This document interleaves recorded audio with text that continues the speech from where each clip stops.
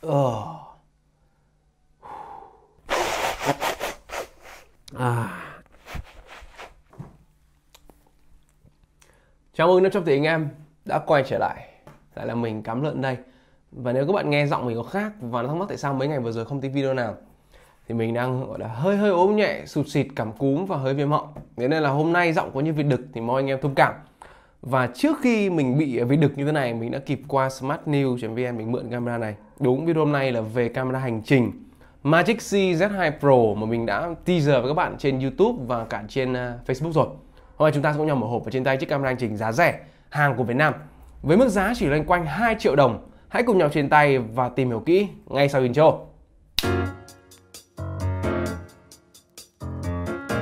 Đầu tiên hãy cùng nhau tìm hiểu về cái hộp của sản phẩm này. Và nếu các bạn để ý trên vỏ hộp ấy, chúng ta có đầy đủ thông số kỹ thuật, tất cả bằng tiếng Việt. Mình đọc luôn cho các bạn đây, có chip xử lý của Owinner V316 này, cảm biến của camera là Sony IMX386, có góc quay 170 độ, màn hình LCD 2,45 inch, màn hình màu có cảm ứng và khả năng quay video tối đa là 4K 60 hình một giây, chụp ảnh 16 megapixel, chống rung điện tử EIS, video H264, hỗ trợ Wi-Fi kết nối với cả điện thoại Android và cả iOS, và có dung lượng pin là 1350 mAh và thẻ nhớ hỗ trợ tối đa là 128GB. Tất cả mọi thứ đều đầy đủ ở đây.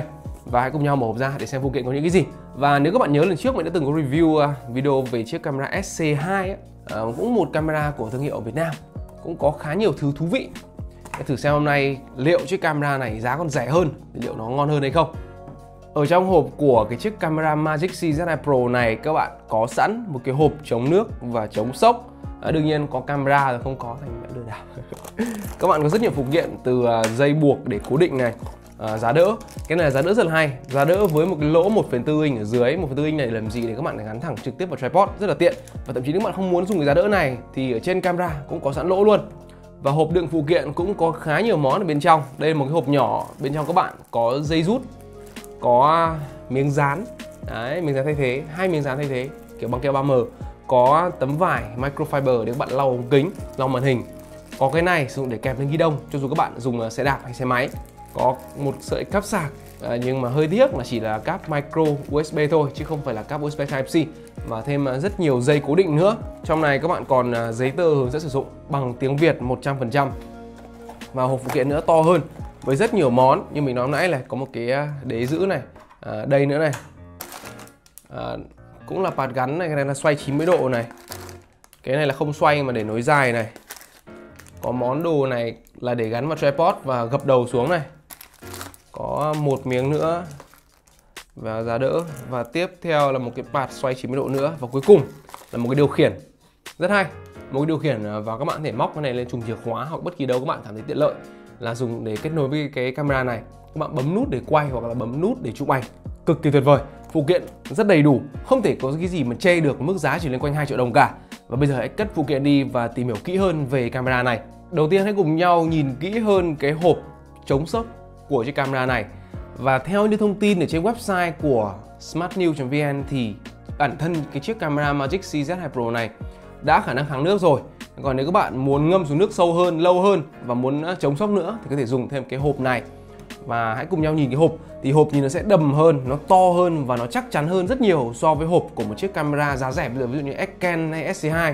Hộp rất đầm, và các bạn thấy là trên đỉnh thì có tận 2 nút và bên cạnh phải có một nút nữa, là tổng cộng có 3 nút, so với cái tiêu chuẩn bây giờ là 2 nút. Và mở ra thì cũng như nhiều cái hộp chống xốc khác của camera hành trình, và các bạn thể nhét camera vào trong, đậy lại với gioăng chống nước rất chắc chắn. Đó, như vậy. Về cái chiếc camera Magicsee Z2 Pro này, chúng ta chỉ có một màu duy nhất, đó là màu xám với các cái dòng chữ và logo màu xanh lam đậm. Mình thì mình thích màu xám, trông rất là hay. Với những bạn ấy thì cả chiếc Z3 của mình cũng màu xám luôn, mình rất thích màu xám. Xám, trắng, đen, những cái màu kiểu monotone ấy, nhìn rất là hay. Nhưng mà cái dòng chữ xanh lam đậm này thì mình không khoái lắm. Và cảm giác đầu tiên khi sờ vào camera này, đó là nó khá đầm và khá nặng, chắc tay. Trọng lượng nếu mình không nhầm rơi khoảng tầm 130g, nặng hơn nhiều so với camera hành trình khác cùng tầm giá. Thì cái việc này nó sẽ có hai hệ quả sau. Nhất thì đầm và chắc chắn thế này thì khả năng nó sẽ bền hơn và nó chịu va đập tốt hơn. Nhưng mà chính vì đầm và nặng như này thì các bạn sử dụng mà đeo lên trên mũ bảo hiểm thì sẽ thấy hơi mệt mỏi một chút, nhất là anh em sử dụng cái này làm motovlog. Nhưng mình dạo này cũng có hay nghịch cái kênh xe. Đấy, các bạn nếu mà chưa biết thì mình cũng có làm video về xe. Đeo này trên mũ nó sẽ hơi nặng nề, cộng thêm cái vỏ cây nữa, vỏ cây nó khá là nặng. Thế nên rằng đó vừa là điểm mạnh cũng vừa là cái điểm yếu. Bây giờ cùng nhau lướt qua một vòng xung quanh.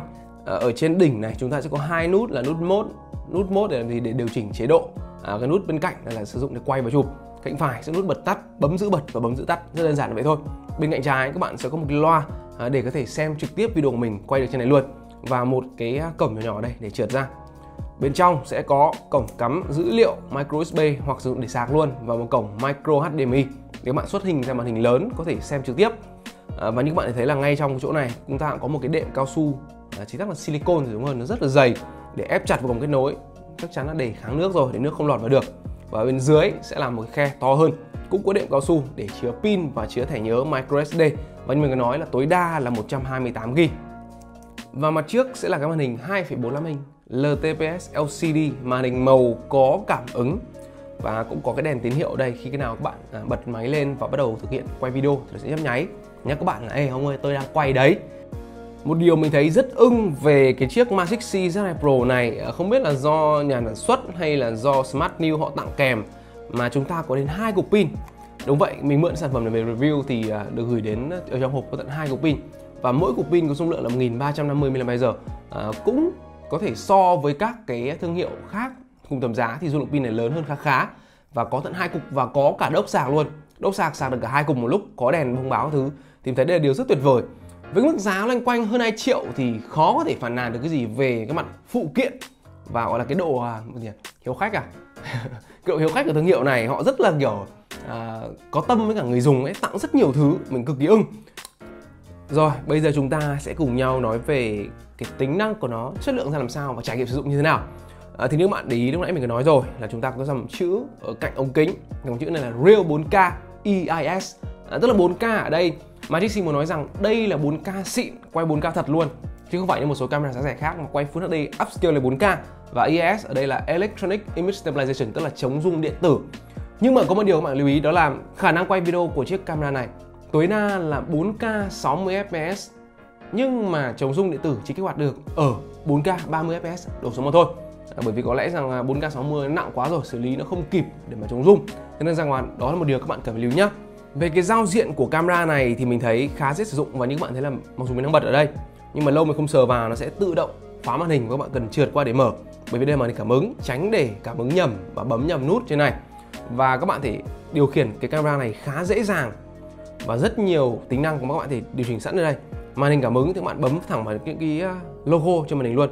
Ví dụ như chọn chế độ chụp ảnh time lapse, chụp ảnh loop, chụp ảnh burst, hoặc đổi qua chế độ video 4K. Ở đây chúng ta có 4K 60, 4K 30, 2,7K 30, Full HD 120, Full HD 60, Full HD 30. Và ngoài ra các bạn thì quay Super Slow Motion 720p ở 240 fps, khá là đầy đủ và tuyệt vời.